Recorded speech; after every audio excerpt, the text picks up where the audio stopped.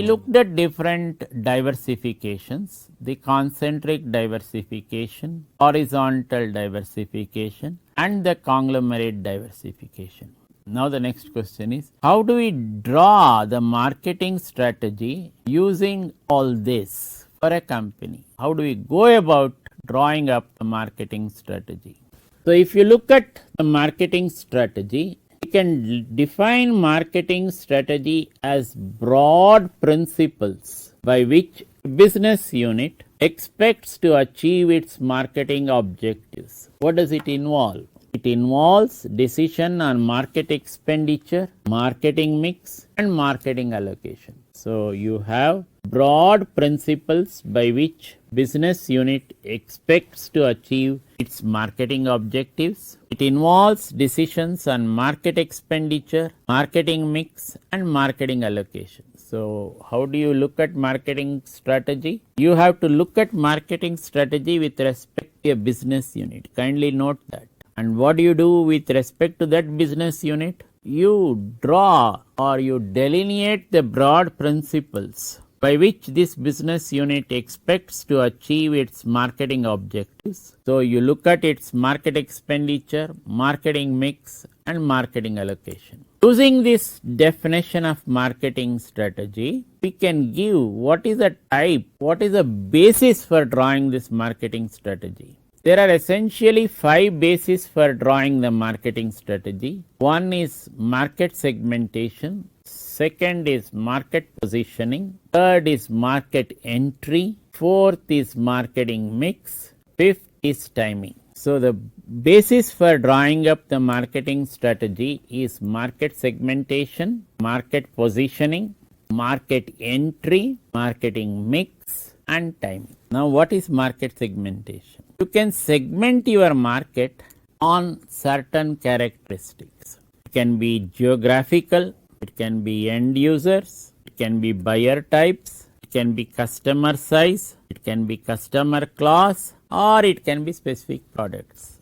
Geographical, depending on the regions where you are operating. For example, a TVS company, though operating throughout the country, very strong in the south and the west. Now it has moved up the north and also the northeast as well. Okay, but very strong in this market. Similarly, the Honda, which was very strong, the Hero Honda. Now Honda is removed, you are only having the Hero now. It was very strong in the north, now making its foray or has already made its foray very strongly into the south as well. Market positioning. What is this?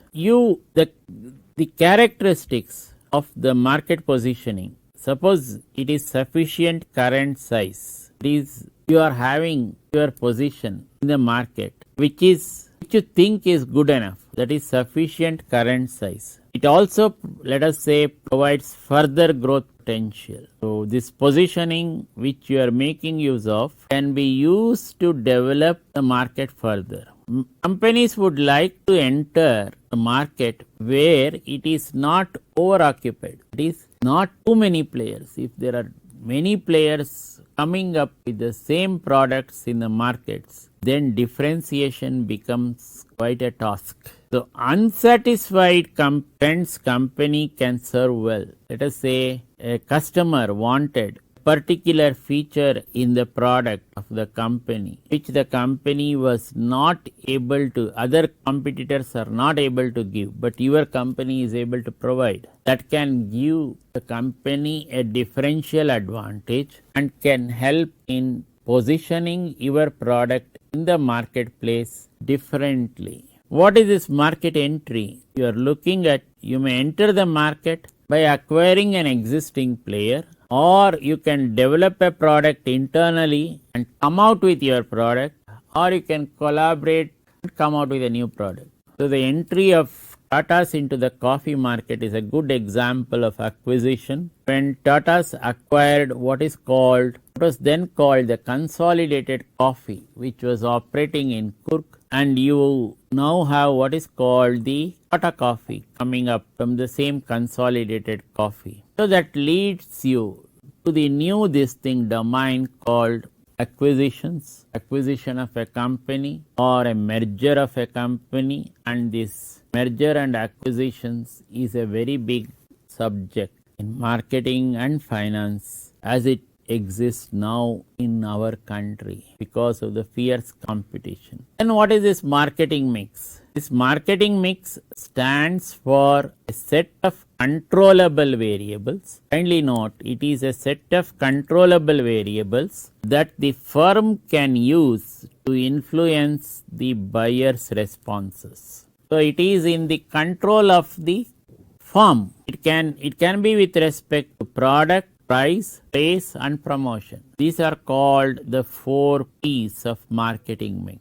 The marketing mix stands for a set of controllable variables that the firm can use to influence the buyer's responses. It can be product, price, place, and promotion, popularly referred to as 4 P's. The fifth of this category is what is called the timing. What is this timing? When are you introducing the product into the market? A very simple example is, let us say you are manufacturing cold creams. The best time to introduce your cold creams could be in winter when the market is always responsive.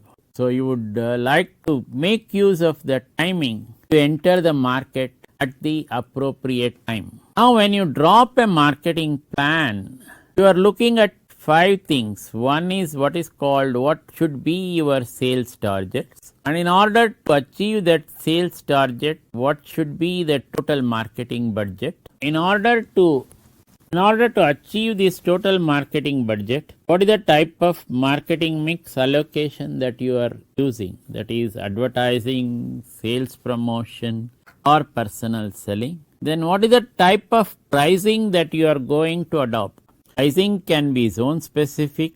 It should consider demand. It should consider cost and competition. And the last aspect of it is this marketing budget is across the products or the product lines of the company. So this marketing budget has to be allocated to products or product lines. So when you are drawing up a marketing plan has got essentially 5 components: looking at sales targets, the total marketing budget, then the marketing mix allocation with respect to advertising, sales promotion and personal selling, then pricing with respect to zone specific, should consider demand, cost and competition. The last one is the marketing budget allocation to products. So any marketing plan should address these 5 components. And the last one with respect to the marketing plan is where you suggest